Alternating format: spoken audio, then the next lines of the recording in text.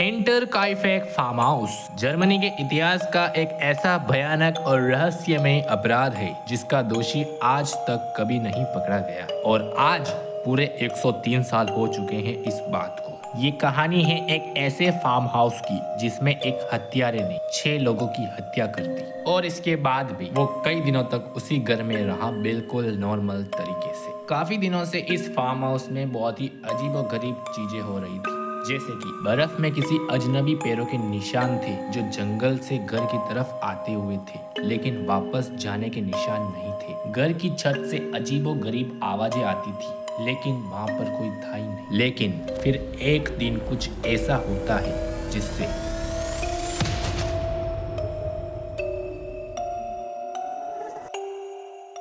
ये कहानी है 1922 की। जर्मनी के बवेरा राज्य के ग्रोबर्न गांव के पास का ये इलाका था जहां पर ये फार्म हाउस लोकेटेड था, यानी कि म्यूनिक से लगभग 70 किलोमीटर नॉर्थ में। मेन रोड से दूर और चारों ओर से ऊंचे ऊंचे घने जंगलों से घिरा हुआ ये फार्म हाउस कहानी में और भी रहस्यमय बन जाता है। कुल मिलाकर इस फार्म हाउस में टोटल 6 लोग रहते थे। परिवार के मुखिया और खेत के मालिक एंड्रियास ग्रूबर 63 ईयर के, केजिलिया जो कि इनकी वाइफ थी 72 ईयर्स की, और इन दोनों की एक विधवा बेटी थी जिसका नाम विक्टोरिया था। इसका पति फर्स्ट वर्ल्ड वॉर में शहीद हो गया था। विक्टोरिया के भी 2 बच्चे थे जिसमें एक उसकी बेटी थी 7 साल की केजिलिया छोटी और एक 2 साल का बेटा था जोसेफ। जोसेफ की पहचान के बारे में आज तक रहस्य बना हुआ है क्योंकि जो गांव वाले थे उनका मानना था कि इसका असली फादर लॉरेंज स्क्लेटन बॉयर है, जिसकी बात हम आगे करेंगे, या फिर हो सकता है कि इसका फादर खुद एंड्रियस ग्रूबर हो। हाँ,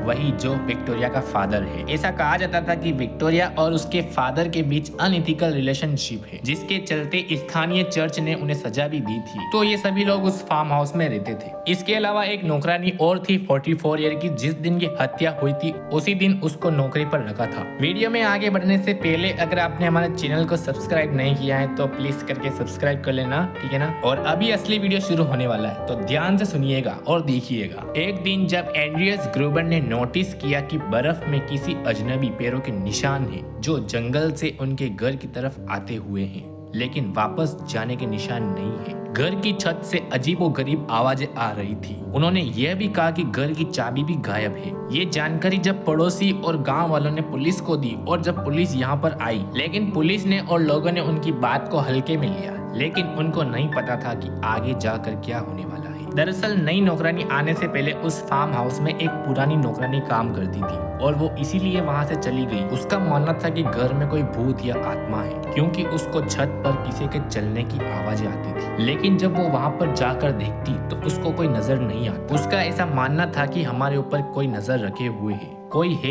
जो हम पर नजर रख रहा है, हमको देख रहा है। और इस हत्या से पहले विक्टोरिया ने चर्च में काफी ज्यादा दान भी दिया था। किसी अजनबी के द्वारा उसके बैंक अकाउंट में पैसे जमा किए गए थे। लोगों का मानना था कि कोई उसे ब्लैकमेल कर रहा था, किसी अजनबी ने उसे पैसे दिए थे, लेकिन फिर भी किसी ने इतना ध्यान नहीं दिया। और फिर आता है 31 मार्च का समय। सब कुछ नॉर्मल था। विक्टोरिया और उसकी बेटी भी खेतों में काम कर रही और उसी दिन नई नौकरानी मारिया भी आती है। उसकी बहन उसको छोड़ने आई थी, लेकिन घर की अजीब हालत देखकर वो वहां से तुरंत चली जाती है। पड़ोसियों ने आखिरी बार विक्टोरिया और उसकी बेटी को 3-4 बजे के करीब काम करते हुए देखा था। इसके बाद 6 बजे के बाद घर के बाहर एकदम सन्नाटा छा जाता है, ना कोई आवाज ना कोई हलचल। लेकिन घर के बाहर बार्न में यानी कि खलिहान में एंड्रियस को एक आवाज आती है जैसे कि कोई उसे बुला रहा है। वो अकेले ही बाहर खलिहान में चला जाता है और पीछे से उसके सर पर कुल्हाड़ी जैसे हथियार से वार किया जाता है। वो तुरंत मरता नहीं है लेकिन एकदम से गिर जाता है। एंड्रियस की काफी देर न दिखने पर उनकी पत्नी केजेलिया भी बाहर जाती है और उसके साथ भी वही होता है जो उसके पति के साथ हुआ।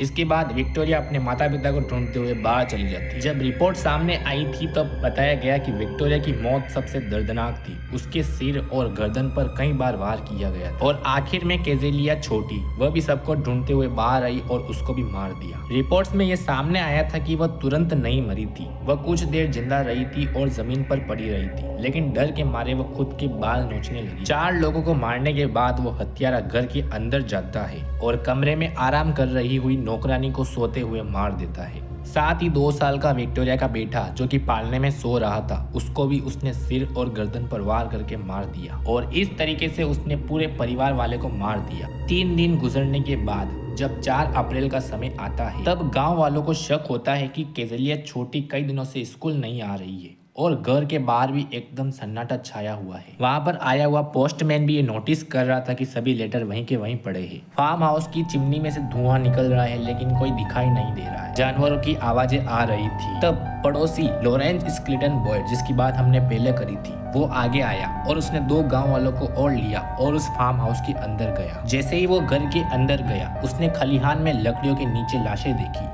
घर के अंदर गया तब उसने एक महिला और एक बच्चे को मरा हुआ देखा। और फिर जब पुलिस आई, इन्वेस्टिगेशन हुआ तो बहुत अलग अलग तरह की बातें पता चली। जैसे कि हत्या करने के बाद भी वो हत्यारा इसी घर में रहा था 3 दिन के लिए। उसने खलिहान में लाशों को लकड़ियों से ढक दिया और घर में पड़ी 2 लाशों को वैसा का वैसा ही रहने दिया। रसोई में ताजा बना हुआ खाना भी पड़ा हुआ था, यानी कि जो धुआं निकल रहा था इसका मतलब उसने खाना बनाया और आग भी लगाई थी। फार्म हाउस के जानवर जैसे कि गाय, घोड़ा, इन सभी के पास चारा और पानी रखा हुआ था, यानी कि वो भूखे नहीं थे। और उस फार्म हाउस में जो कुत्ता था उसको बांध कर रख दिया। उसने सब कुछ शांत माहौल से संभाला, यानी कि ऐसे रह रहा था कि किसी को कोई शक ना हो। विक्टोरिया के बेटे का खाना भी पालने के पास वैसा का वैसा ही पड़ा था। फार्म हाउस में बड़े पैसे, गहने, जरूरी सामान सब वैसे के वैसे ही थे। उसने इन सभी चीजों को चोरी नहीं किया। इसके बाद पुलिस ने इन्वेस्टिगेशन जारी रखी लेकिन कोई सबूत हाथ नहीं लगा क्योंकि इसने बहुत ही चालाकी से काम लिया था और आज तक ये केस अनसुलझा है। इसका कुछ पता ही नहीं चला क्या हुआ।